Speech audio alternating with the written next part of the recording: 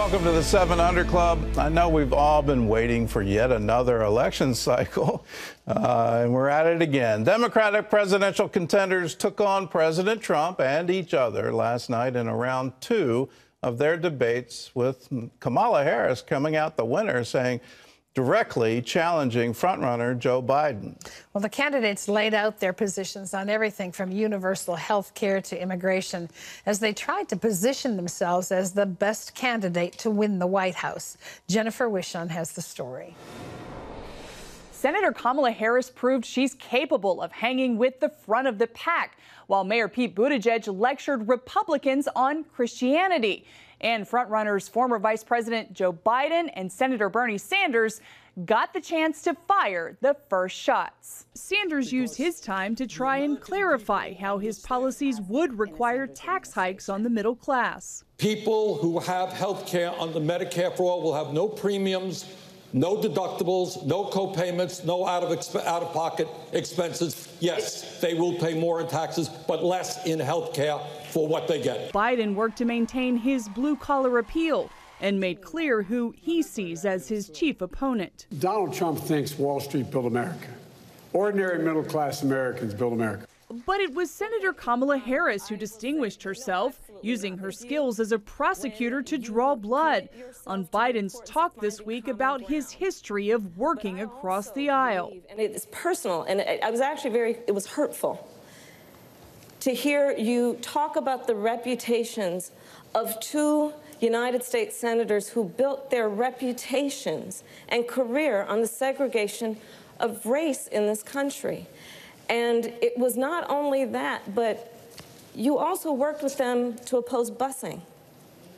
And, you know, there was a little girl in California who was part of the second class to integrate her public schools. And she was bused to school every day. And that little girl was me. It's a mischaracterization of my position across the board. I did not praise racist. That is not true. Vice President Biden, do you agree today that you were wrong to oppose busing in America then? No. Do you agree? I did not oppose busing in America. What I opposed is busing ordered by the Department of Education. That's what I opposed. Well, there was a failure of states to integrate public schools in America. I was part of the second class to integrate Berkeley, California public schools almost 2 decades after Brown v. Board of Education. Because your city council made that decision. It was a local decision. So that's where the federal government must step in. That's why we have the Voting Rights Act and the Civil Rights Act.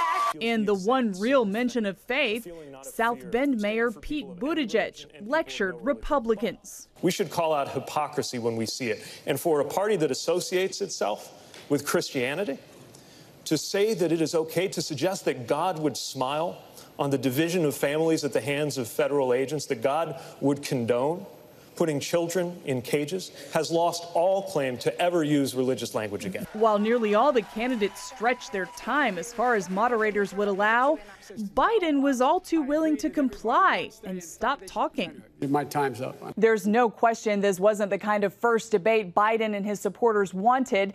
Time will tell if he is indeed running out of time, or this is just an early stumble in a long race. Jennifer Wishon, CBN News, Washington. Well, I think one of the big questions coming out of the debate is it time to pass the torch to another generation? For both Bernie Sanders and for Joe Biden, if they are elected, they will be the oldest to ever be elected to be president. And that's an interesting stat, but you get into the issues of not only could you serve the full 4 term, but could you be ready for 2 terms? And that's something the Democrats are going to have to wrestle with. Well, President Trump, as usual, had his own response to the Democratic debate. Mark Martin has that story from the CBN newsroom. Mark? That's right, Gordon. President Trump tweeted that he heard it was, quote, not a good day for Democratic leaders Joe Biden and Bernie Sanders. At the G20 summit in Japan, the president also criticized Democrats after they all agreed their health care plans would provide coverage for people in the country illegally. The president tweeted, all Democrats just raised their hands for giving millions of illegal aliens unlimited health care. How about taking care of American citizens first? That's the end of that race. And immigration was a major issue in Washington Thursday as the democratically controlled House passed a $4.6 billion humanitarian aid package for migrants that the Senate had already approved on a strongly bipartisan vote. The vote was widely seen as a major political defeat for House Speaker Nancy Pelosi, who wanted stronger protections for children supported by progressives, but moderate Democrats sided with Republicans. Evangelical leaders traveled to El Paso this past week to find out more about the plight of immigrants at the border. They saw a dramatic decline in the number of migrants coming over and an increase in the number kept in Mexico. Heather Sells brings us that story. For months, churches in El Paso have received hundreds of immigrants daily. But now all that is changing and their numbers have dropped drastically. Since October, Border Patrol officers here have apprehended more than 120,000 adults and children, a more than 1,000% increase over the past year. Upon their release, churches here have tried to fill the gap. Tiny El Elyon, a neighborhood congregation, has cared for 70 people a night. We used to do this every single day, 7 days a week. Pastor Mary Bell showed us pictures of families as they arrived, received food, clothing, shelter, and prayer. Most usually stayed just one night, then caught a bus or flew out of the city to connect with family elsewhere. I never realized how far this would go, but I was always depending on the Lord and saying, Lord, what do you want me to do? It's a multitude of people that need us. Church leaders in El Paso believe President Trump's new Remain in Mexico policy is behind the drop in numbers. Not only do asylum seekers go back to wait on court dates, Mexican police also deter immigrants from crossing into Mexico or seeking to enter the U.S. It's uncertain yet exactly why that is. Maybe they're being released somewhere else. Certainly more are being released back into Mexico, which is really going to be probably a lot more of a challenge. This past week, leaders from the Evangelical Immigration Table came to hear from Border Patrol officers and tour one of the last church shelters still open in El Paso. What we know about this situation is that it's fluid. It is changing all the time. Could shift back. We'll see what happens. Sammy DePasquale, who leads a Christian community center here, says churches are pivoting to support their counterparts in the city of Juarez, Mexico. Evangelical leaders also visited a Methodist shelter in Juarez. While there's a growing coalition of evangelical churches here, it's not enough to care for the thousands of asylum seekers waiting on a U.S. hearing. So they're waiting in Mexico, the shelters are full, they don't have authorization to work while they're in Mexico. World Relief's Matt Soren says legal help, like his organization provides, is also difficult to find in Mexico. That could mean greater numbers will face deportation. If they have a well-founded fear of persecution under the Refugee Act of 1980, they should be allowed to stay. But the burden is on them to prove that, and that can be a difficult thing to prove. Pastor Mary Bell says El Elyon is ready to receive migrants again, should it be needed. And she won't forget the stories, courage, and faith of those she helped. They're very humble people, hardworking people. They're people very loyal. Once you have the chance to sit down with one of them and listen, it will break your heart. It will break your heart. It will change your mind, the way that we think of them. Experts say asylum courts in El Paso reject most cases, but for these desperate people, living in the U.S. remains a dream worth fighting for.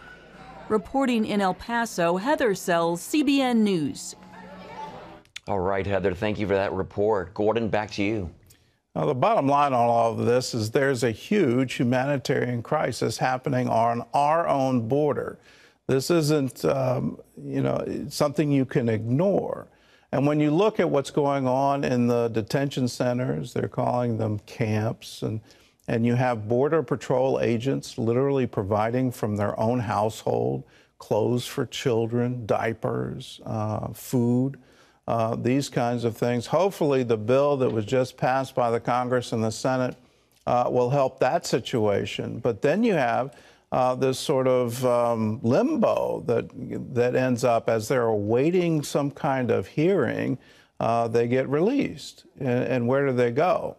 It's great the churches there are stepping up to say we can help fill this gap, but there needs to be more. And whether it's on the Mexico side of the border or the U.S. side of the border, how do we help these people? And then more importantly, how do we help the overall situation in Central America? This is more than just the horrendous tragedy happening in Venezuela, the largest migration in the history of the Western Hemisphere, millions of people leaving that country because they can't get enough food. But you have continual problems in Honduras, Guatemala, the other countries in Latin America, Central America, where there's no opportunity, there's no jobs, and they're looking for help and they're looking for aid. What can we do to help them in Honduras and in Guatemala so they're not forced to migrate? This is a huge problem. And when you start talking about hundreds of thousands of people facing the same situation, what can we as a country, what can we as Christians do to stand in the gap to say, these are our neighbors, these are our brothers, these are our sisters, how can we help them?